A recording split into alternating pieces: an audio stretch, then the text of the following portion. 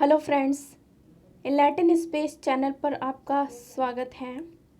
आज फिर से आपके लिए एक नई जानकारी के साथ हाजिर हैं। सबके लिए स्वास्थ्य है, हेल्थ फॉर ऑल। 2014 में जब देश में नई क्रांति की शुरुआत हुई, पहली बार एक ऐसे सेक्टर में आमूलचूल बदलाव की शुरुआत हुई थी उसकी, और इससे पहले कभी उतना ध्यान नहीं दिया गया था। नए अस्पतालों, मेडिकल कॉलेज में या फिर गरीबों को निःशुल्क इलाज गांव से लेकर अब छोटे शहरों के साथ बड़े शहरों तक स्वास्थ्य सुविधाओं के नए सिरे से निर्धारण की शुरुआत हो चुकी है। देश में स्वास्थ्य सेवाएं मुहैया कराने की बात हो या फिर इसकी पहुंच का मामला हो, पारंपरिक तौर पर हमारे देश में स्वास्थ्य जगत का बिखरा हुआ ढांचा देखने को मिलता है। दूरदर्शी क्षेत्रों में स्वास्थ्य सुविधाओं की उपलब्धता के लिए सक्षम कर्मचारी और बेहतरीन बुनियादी ढांचे की दरकार है। इस तथ्य को ध्यान में रखते हुए केंद्र सरकार ने पहली बार आम बजट में स्वास्थ्य क्षेत्र को 137% की बढ़ोतरी की है। इसका मकसद है देश में स्वास्थ्य सुविधाओं को जड़ से लेकर ऊपर तक सुधार करना।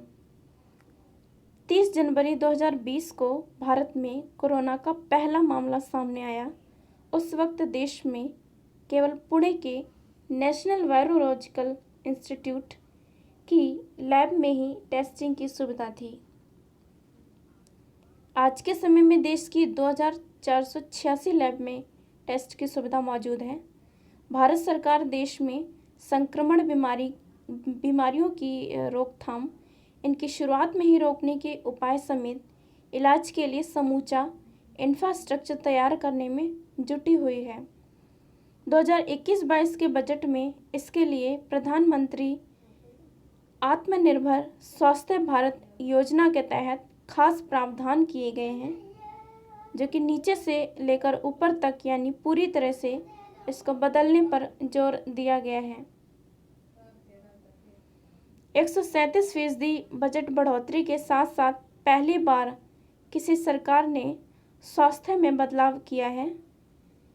80% राशि वैक्सीनेशन के पहले दौर में पीएम केयर फंड से दी गई वेंटिलेटर और ऑक्सीजन प्लांट के लिए अनुदान दिया गया है।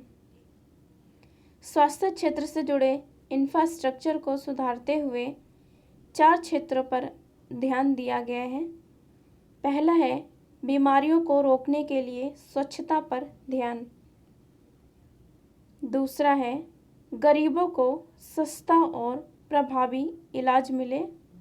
तीसरा, इंफ्रास्ट्रक्चर और प्रोफेशनल की संख्या एवं गुणवत्ता में बढ़ोतरी की जाए।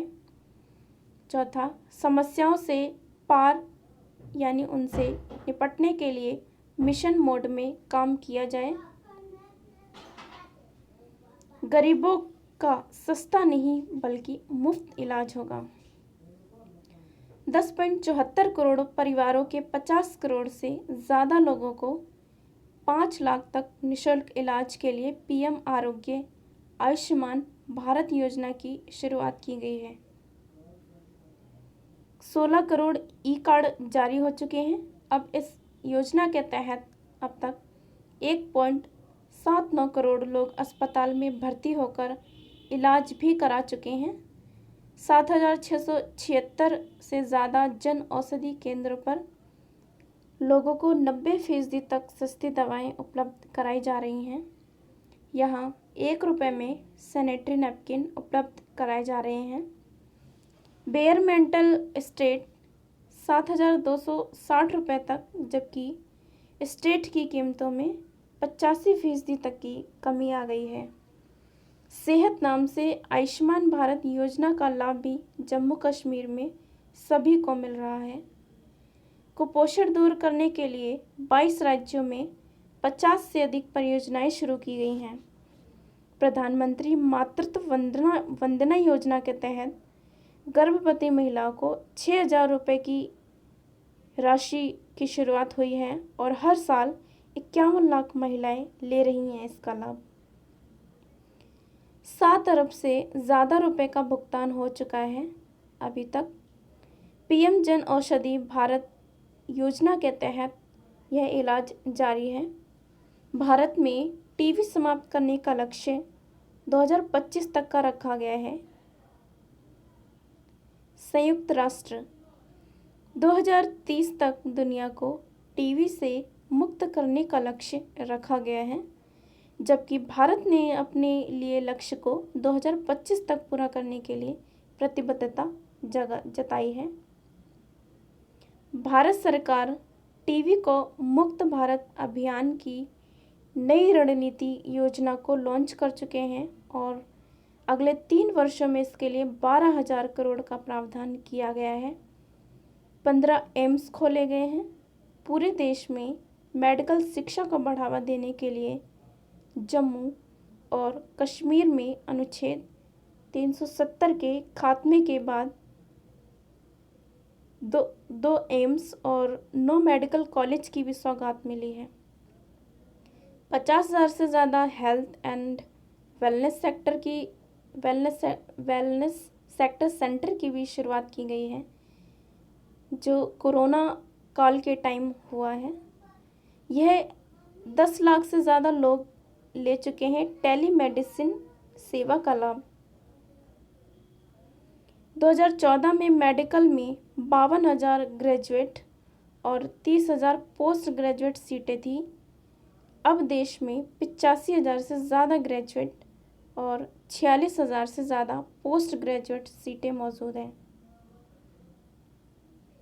381 मेडिकल कॉलेज खोले गए थे 1947 से 2014 के बीच में, और 2014 से लेकर 2020 तक यानी अभी तक के बीच 6 सालों में 2014 से 2020 के बीच 184 मेडिकल कॉलेज खोले गए हैं।